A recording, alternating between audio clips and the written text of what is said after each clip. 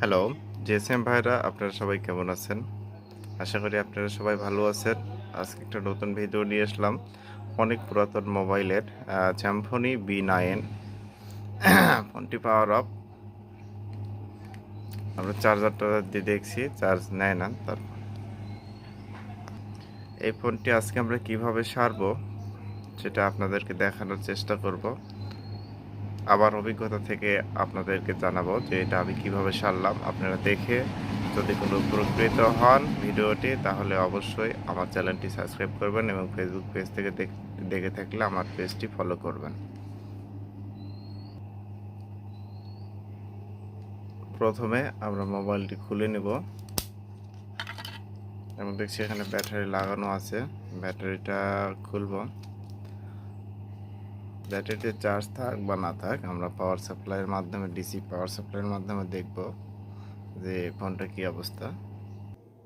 দেখুন, লক্ষ্য রাখুন, আমরা পজিটিভটা লাগিয়ে নিয়েছি এবং নেগেটিভটা যখনই ঠাকাচ্ছি, এখানে যখন কানেকশান করার চেষ্টা করছি, যেহেতু একা ভিডিও করা, দেখেন এখানে দেখাচ্ছে ফুল শট। এই মুহূর্তে মোবাইলটি ফুল শট রয়েছে। আমরা এখন চেষ্টা করব এই ফুল শট রিমুভ করার জন্য। ফুল শটটি রিমুভ করার জন্য প্রথমে আমাদেরকে মোবাইলটি খুলে নিতে হবে। মোবাইলটা খুলে নিলাম। মোবাইলটি খোলার আপনার ভিডিওটা স্কিপ করে দিয়েছি। মোবাইলটি হচ্ছে এটা আমরা এখন দেখব। আমার তৈরি করা একটা শর্ট কিলার আছে, যেহেতু বাটন মোবাইল ওইটা রিস্ক নাই। আমার তো তৈরি করা শর্ট কিলার রয়েছে। এটা এই শর্ট কিলারের মাধ্যমে আমি দেখার চেষ্টা করব যে এটার কোথায় শর্ট, কোন ক্যাপাসিটার শর্ট। এটা দ্রুত আমরা কাজ করার জন্য এটা ব্যবহার করছি। মাল্টিমিটারটা দেখলেও আপনার এটা দুই পাশে বিপ রেঞ্জে বিপ আসবে।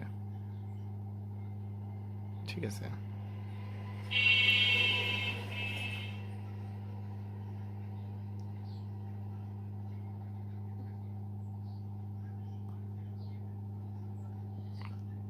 আমি গ্রাউন্ডে ঝালাই দিয়ে নিয়েছি যাতে লুজ কানেকশন না হয়। আমরা এখন চেষ্টা করবো পজিটিভে লাগিয়ে দেখার যে আসলে এটা কোথা থেকে শর্ট আছে।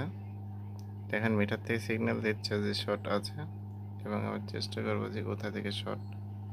দেখুন একটা ছোট একটা ক্যাপাসিটার আছে, এই ক্যাপাসিটারের এখান থেকে ধোঁয়া বেরোচ্ছে।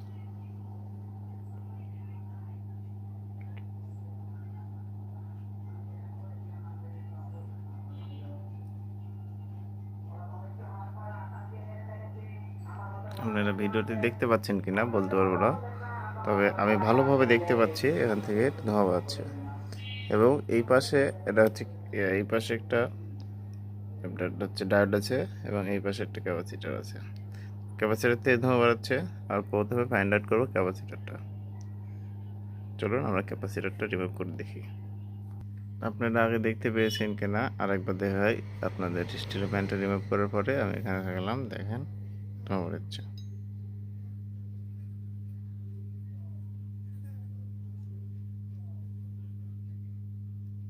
এই যে ক্যাপাসিটার থেকে ধোঁয়া বেরোচ্ছে। আরেকবার দেখাই।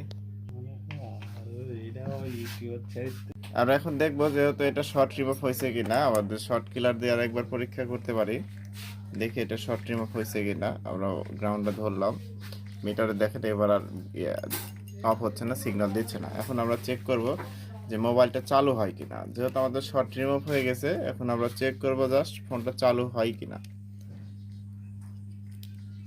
নিলাম, দেখুন রিডিং করছে।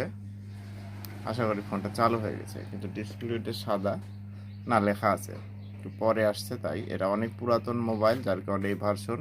আশা করি আমার ভিডিওটি দেখে এই ধরনের কোনো সমস্যা, যে কোনো চাইনিজ ফোন যে এই ধরনের সমস্যা আসলে ওটা প্রথমে ফাইন্ড আউট করার পর এভাবে ঠিক করতে পারবেন। এখানে কোনো আপনার অভিজ্ঞতা লাগবে না, কিছুই লাগবে না। জাস্ট 2-3টা কাজ করবেন, দেখবেন শর্ট কিলতে বা শর্ট সারা, তারপরে দেখবেন যে আপনার হাত ঠিক হয়ে গেছে আর নিজের মধ্যে একটা অভিজ্ঞতা চলে আসবে। ওকে, আমি এটা ফিটিং দিয়ে কাস্টমারকে এখন দিয়ে দেবো।